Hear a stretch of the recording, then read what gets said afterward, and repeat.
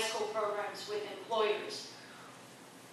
There are many things that we can do to increase jobs, but certainly if we raise taxes on basic goods and services, which is what has been proposed, we will kill jobs in a recession economy. Mr. McCoy. Long before anybody up here was involved in politics, the groundwork was laid for Boeing to come to Charleston. Great move. It's going to provide a lot of jobs here. And the groundwork was laid for the wind turbine facilities to come here. That will provide a ton of jobs here. But we need to look out for small businesses as well. We need to look out for small businesses, give them an incentive to hire people. My opponent up here, Ms. Hutto, did not give you an answer on whether or not she supported the health care bill. If the health care bill is passed, if it is here in South Carolina, it will kill small jobs and small businesses from hiring anybody. That's a massive problem. And she's trying to paint a bad picture of me, and she's not offering new solutions. She's adding negative campaigning when it comes down to classifying fair tax. If she has taken the time to read the act in Columbia, taken the time to review the act, she would actually see that it does not have a 23% increase on goods and services. It allows for a four-person family would have to spend $2,400 in a month for them to see a slight increase on any goods, services, groceries, medical supplies, any of that nature. But when it comes down to small businesses, we cannot have health care dominant. We cannot have health care that's provided nationally or by the state. It'll kill small businesses. And we need to have better tax incentives to hire people for these small James Island businesses. Thank you. This next question will be our last question, and then you'll all have an opportunity to do a summation and closing statement. Where do you stand on the 1 penny sales tax referendum that the Charleston County School District is trying to pass? Ms. Hutto. My concern about the 1 penny sales tax, and I will tell you that I have not made up my mind on this issue yet because I'm still talking to people in this district every day about what they want. James Island stands to benefit greatly from this 1 penny sales tax.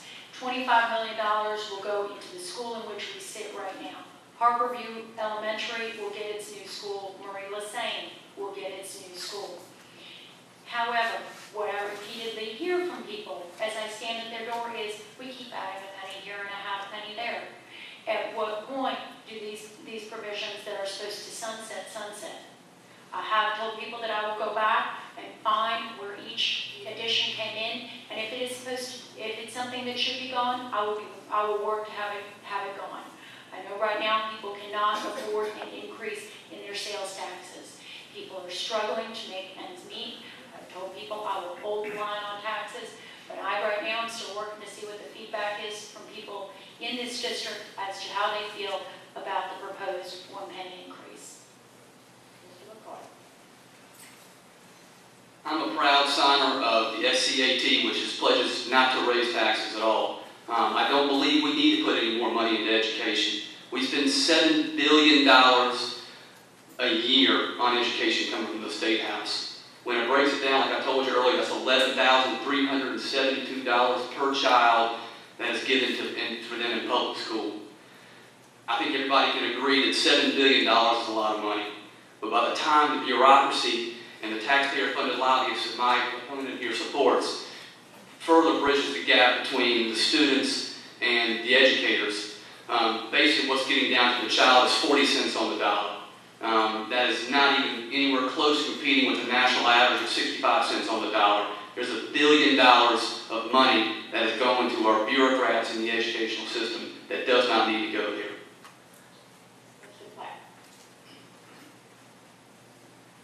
Unlike Representative Hutto, I am not undecided about this issue. From its very inception, I was opposed to it, and increasingly opposed to it. As I said in response to an earlier question, sales taxes are inherently regressive, impacting most heavily upon those who can least afford them. That does not mean that I'm opposed to public education and funding of public schools at regional levels, but the school boards need to look at a different way of defining those funds. I mentioned income tax adjustment as a possibility. But sales taxes are already as high as they need to be. Gee, if we keep going in the direction we've headed, sales taxes could reach the same level as the product. For example, buying a loaf of bread for a couple of dollars and paying a couple of dollars in sales tax. So I think it's very unfortunate that the school board has opposed this. I think it will be defeated resoundingly, and I will certainly be voting against it. Before we go on to closing statements, I would like to remind you all that unauthorized recording of this forum is not permitted. Thank you. Now it's time for closing statements, and we will start with Mr. Platt. Thanks to the League of Women Voters and Chamber of Commerce for providing this opportunity for voters to get beyond the manipulation of campaign ads and hear directly from the candidates. Far too often, third party and independent candidates are excluded, leaving voters to just feeling stuck with the same old choices. You know, ever since my wife Mary died from breast cancer 7 years ago, I've missed it every day. She was passionate about doing the right thing and was my inspiration. Continues to be my inspiration. But the fact is, I'm a widower with plenty of time to devote to this job. And at this point in my life, I could easily sit on my porch and watch the day go by. But I have a strong desire to give back to this community, which I've loved all my life.